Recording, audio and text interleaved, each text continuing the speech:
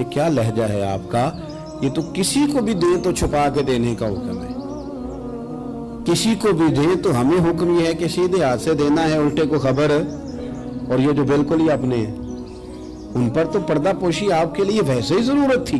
میرے عزیز، رب مسکراتا ہے۔ میرے نبی پاک علیہ السلام نے یہ اعمال ہمیں بتائے جن پر اللہ مسکراتا ہے، خوش ہوتا ہے۔ اور بعض لوگوں کو حضور نے نامینیٹ کیا۔ حضرت سعد بن معاذ رضی اللہ تعالیٰ عنہ عظیم صحابی تھے۔ یہ وہ خوبصورت صحابی ہیں جن کے جنازے کو کندھا میرے نبی پاک نے عطا فرمایا، حضور نے کندھا عطا فرمایا۔ کمال ہو گئی، نرخ بازار محبت کا انوکھا ہی ہو گیا، خود خریداروں میں شامل آ کے مولا ہو گیا۔ حضور نے کندھا دیا۔ حضرت سعد بن معاذ رضی اللہ تعالیٰ عنہ کا جب جنازہ اٹھا، ان کی والدہ رو پڑی، بڑے درد سے روئی، ماں تھی نا۔ ان کی آواز جب حضور تک گئی تو نبی پاک نے فرمایا آنسوؤں کو روک لے، آواز کو کم کر لے، تیرے بیٹے کی تو جب روح پرواز ہوئی ہے تو رب مسکرایا ہے۔ جس کے آنے پہ رب راضی ہو مسکرا دے جو اس کی شان کے لائق ہے۔ یہ تو وہ لوگ ہیں کہ جن کے جانے پر نا رب، وہ کسی نے کہا تھا کہ میرے مرنے پہ ہر سو شور مچ جائے گا، دیکھو گے میرے مرنے پہ ہر سو شور، تو پتہ چل جائے گا جب ہم جائیں گے، میرے مرنے پہ ہر سو شور مچ جائے گا، دیکھو گے، اور کہنے الوداع سرکار خود تشریف لائیں گے۔ اور درویش کہنے لگے بعد مرندے مکھڑا میرا ہو جاوے جے تازہ، پھر سمجھ لینا محبوب میرے نے آن پڑے ہے جنازہ۔ اور عاشق کا جنازہ ہے، ذرا دھوم سے نکلے اور محبوب کی گلیوں سے ذرا گھوم کے نکلے۔ فرمایا کہ ان کے تو جانے پہ رب کریم۔ اور حضور نے ایک دعا بھی دی۔ حضرت ابو طلحہ، حضرت طلحہ رضی اللہ تعالیٰ عنہ صحابی تھے، ان کا وصال ہو گیا تو حضور نے دعا بھی دی۔ فرمایا یا اللہ جب میرا طلحہ آئے نا تو اس سے مسکرا کے بات کرنا، یہ تجھ سے مسکرا کے بات کرے جو تیری شان کے لائق ہے۔ قرآن مجید میں فرمایا ان اللہ بالناس لرؤوف الرحیم، بے شک اللہ اپنے بندوں پر بڑا ہی مہربان اور نہایت ہی رحم کرنے والا، رؤوف اور رحیم ہے، بڑا مہربان ہے، کرم فرماتا ہے۔ اللہ تعالیٰ اپنے بندوں سے بڑا جلد راضی ہو جاتا ہے۔ وہ اپنے بندوں کو بہت زیادہ مشقت میں نہیں ڈالتا، وہ اپنے بندوں سے اپنی نعمتوں کا بدلہ نہیں چاہتا، بہت سخت مشقت والی عبادتیں نعمتوں کے بدلے نہیں چاہتا، وہ بڑی جلدی رحم فرماتا ہے۔ میرے نبی پاک صلی اللہ تعالیٰ علیہ وآلہ وسلم نے ارشاد فرمایا، بعض احادیث میں لفظ یہ ہے کہ اللہ اپنے بندوں کو دیکھ کے مسکراتا ہے جو اس کی شان کے لائق ہے۔ جس ترتیب سے ہم مسکراتے ہیں، جس ترتیب سے ہم روتے ہیں، جس ترتیب سے ہم کسی بات کا اظہار تشکر کرتے ہیں، خدا ان باتوں سے پاک ہے۔ اب بہت ساری حدیثوں میں آیا کہ وہ مسکراتا ہے، تو کیا مطلب ہے مسکرانے کا؟ تو علماء تفسیر نے لکھا ہے مسکرانے کا مطلب یہ ہے کہ وہ بڑا ہی راضی ہوتا ہے اپنے بندے سے، بڑا راضی ہوتا ہے، یہ مطلب۔ ایک تو مسکرانے کا مطلب یہ ہے کہ وہ بڑا راضی ہو گیا، بڑا راضی ہو گیا، وہ مسکرا دیا اپنے بندے پہ۔ اور ایک اس کا معنی خود نبی پاک صلی اللہ تعالیٰ علیہ وسلم نے بیان فرمایا۔ مسند امام احمد بن حنبل میں حدیث ہے، حضور سید عالم علیہ السلام سے صحابہ نے پوچھا یا رسول اللہ شہید تو بڑے لوگ ہوتے ہیں، شہیدوں میں افضل کون ہے؟ تو اللہ کے حبیب علیہ السلام فرمانے لگے وہ والا بندہ جو ڈٹ گیا تھا کافروں کے مقابلے میں، وہ ہلا نہیں، پوری طرح ڈٹ کے جو لڑا، وہ شہداء میں افضل ہے۔ حضور فرماتے ہیں وہ جنت کے بالا خانوں میں سیر کرے گا اور رب اسے دیکھ کے مسکرائے گا، رب اسے دیکھ کے مسکرائے گا، اللہ تعالیٰ مسکراتا ہے اسے دیکھ کے۔ اور اگلے جملے میں حضور نے وضاحت کر دی، فرمایا جب رب دنیا میں کسی پر مسکراتا ہے نا تو اس کا معنی یہ ہے کہ قیامت میں پھر اللہ اسے حساب کوئی نہیں لے گا۔ جس پر اللہ دنیا میں مسکرا دیا اس سے کوئی حساب، تو وہ کام ڈھونڈنے چاہیے نا جس سے اللہ مسکرائے۔ ویسے کبھی ہم ایسا کرتے ہیں کہ نہیں کہ کسی کو راضی کیا جائے؟ یہ کام ہم کرتے ہیں کہ ہماری کمپنی کا جو سربراہ ہے وہ ہم سے راضی رہے، جس ادارے میں ہم پڑھاتے ہیں اس ادارے کا بڑا ہم سے راضی رہے۔ یہ کرتے ہیں ہم، اس کے لیے کچھ نہ کچھ ہیلے بہانے ہم کرتے ہیں، برادری، قبیلہ، علاقہ، بستی، لوگ کسی طریقے سے ہمارے ساتھ مطمئن رہیں، کرتے ہیں نا یہ سارے کام۔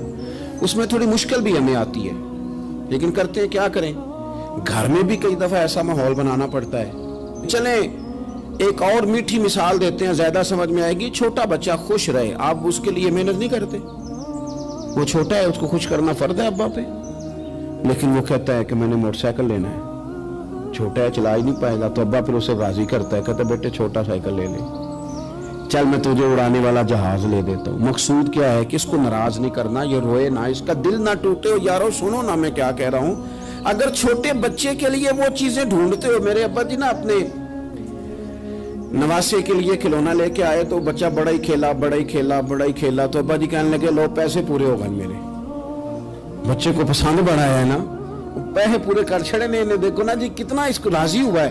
تو انسان کیا کرتا ہے کہ کوشش کرتا ہے، چھوٹا بچہ بھی ناراض نہ ہو تو وہ چیزیں وہ ڈھونڈتا ہے کہ اس کو کیا پسند ہے، چاکلیٹ لے جاؤں، فلاں چیز لے جاؤں، آئس کریم لے جاؤں۔ تو ایک بچے کے لیے، گھر کے لیے، سربراہ کے لیے اتنی محنت کرتے ہو، تو وہ کام بھی ہمیں ڈھونڈ کے تلاش کرنے چاہیے نا، جس سے رب راضی ہوتا ہے، اللہ راضی ہوتا ہے۔ بتاؤں وہ کون کون سے کام ہیں؟ نبی کریم صلی اللہ تعالی علیہ وسلم نے ارشاد فرمایا 3 لوگ ہیں جنہیں دیکھ کے رب مسکراتا ہے۔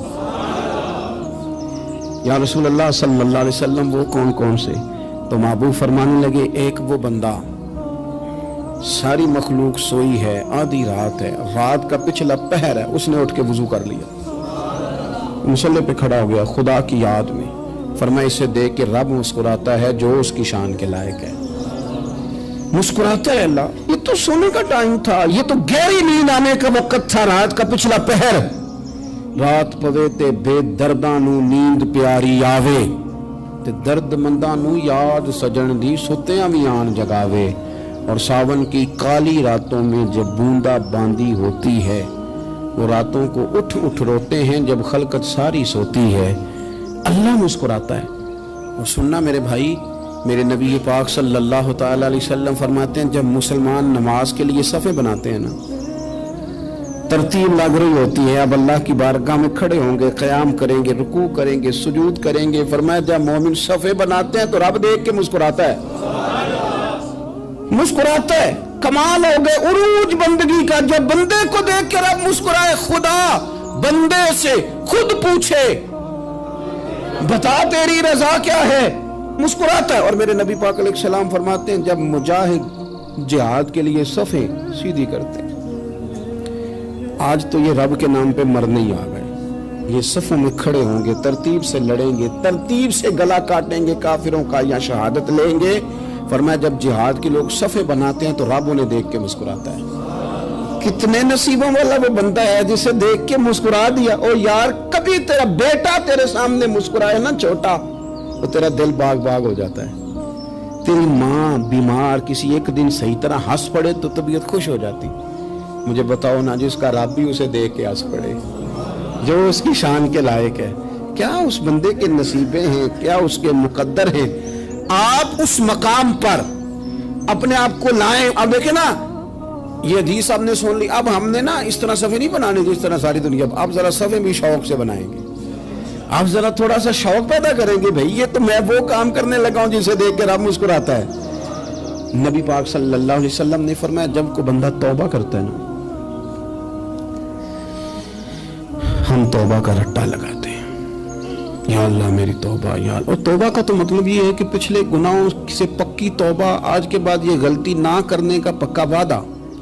تو نے ساری شب برات رو کے گزاری ہے، بتا سویرے جھوٹ جوڑنے کا ارادہ ہے تیرا، آج کے بعد رشوت تو نہیں نہ لے گا، ملاوٹ تو نہیں نہ کرے گا، یہ توبہ ہے۔ اور اگر سارے کام اسی طرح کرنے تو پھر یہ توبہ کا رٹا ہے، جتنا مرضی لگاؤ۔ حضرت علی بن ربیعہ رضی اللہ تعالیٰ عنہ فرماتے ہیں میں مولا علی کے ساتھ تھا، مقام حرہ کی طرف جا رہے تھے، حضرت علی نے ہاتھ اٹھا کے دعا مانگی ہماری تعلیم کے لیے، ورنہ حضرت علی ہم صحابہ کو محفوظ عن الخطا تو مانتے ہیں نا، ہاتھ اٹھا کے کہا اے اللہ ہمارے گناہ بخش دے، تیرے علاوہ کوئی معاف کرنے والا نہیں۔ اور پھر حضرت علی آسمان کی طرف دیکھا اور دیکھ کے نا حضرت علی بن ربیعہ کو تو مسکرائے۔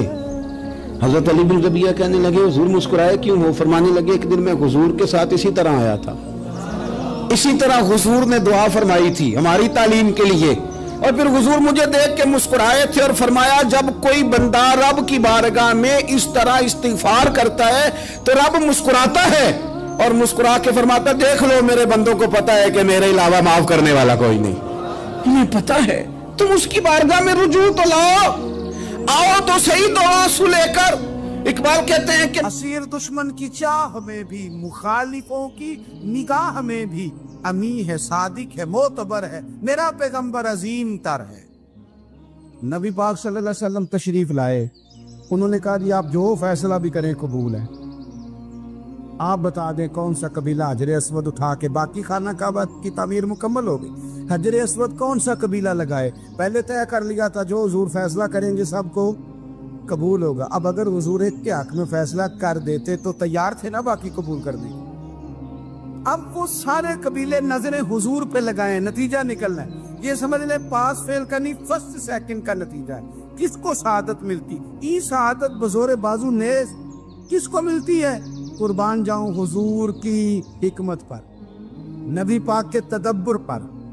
اب ایک کو بھی اگر حضور کہتے تو لگا دے تو باقی وعدہ کر چکے تھے مانیں گے, پر یاد پریشانی تو ہوتی ہے نا کہ ہم سیکنڈ آ گئے, تھرڈ آ گئے. اب یہ سب چاہ رہے تھے سعادت لینا, تو رسول پاک نے نا چادر بچھائی, حجر اسود اٹھا کے رکھا, فرمایا لڑو نا, سارے یہ ایک ایک کونے سے چادر پکڑ لو. قربان جائیں سب نے اٹھا لیا اور اٹھا کے ایک جگہ لے آئے جہاں نصب کرنا تھا. حضور نے اپنے دست مبارک سے پکڑا, وہاں لگا دیا. اب کوئی سب سے پوچھتا نا کس نے لگایا ہے تو سب یہی سمجھتے تھے ہم نہیں لگایا ہے, اور آخری فیصلہ یہ تھا ہم سب نہیں لگایا ہے. یہ حکمت ہے رسول پاک کی. تیرے آگے ہے یوں تبے لچے فصحا عرب کے بڑے بڑے, کوئی جان منہ میں زبان نہیں بلکہ جسم میں جان نہیں. نبی پاک علیہ السلام نے فرمایا جو نماز تم اپنے گھر کے اندر پڑھو گے ایک نماز کا اللہ تمہیں ثواب دے گا, جماعت کے ساتھ پڑھو گے تو 27 نمازوں کا ثواب. لیکن فرمایا وہی نماز اگر تم میری مسجد نبوی میں آ کے پڑھو گے تو اللہ 50,000 نمازوں کا ثواب عطا کرے گا. 50,000 نمازوں کا. اور مدینے والے حبیب فرمانے لگے وہی نماز اگر تم نے بیت اللہ میں آ کے پڑھی تو نماز ایک ہوگی, لیکن رب تمہیں 1,00,000 نماز کا ثواب عطا فرمائے. اب یہ فضیلت حضور نے بیان کی. فضیلت دیکھیں, اللہ تعالیٰ کی رحمتیں ہر جگہ برستی. یہاں کب برسیں گی ہمیں کوئی پتہ نہیں. تقریر کے وقت, خطبے کے وقت, نماز کے وقت, دعا کب برسیں گی نہیں پتہ. لیکن خانہ کعبہ کا جو معاملہ ہے اور وہاں جو رحمت کا معاملہ ہے, ملا رومی فرماتے ہیں کہ خدا کی رحمت اگر تجھے اتنی مل جائے نا قطرے کے برابر بھی, تو سمجھ لے تیری دنیا بھی بن گئی اور تیری آخرت بھی بن گئی.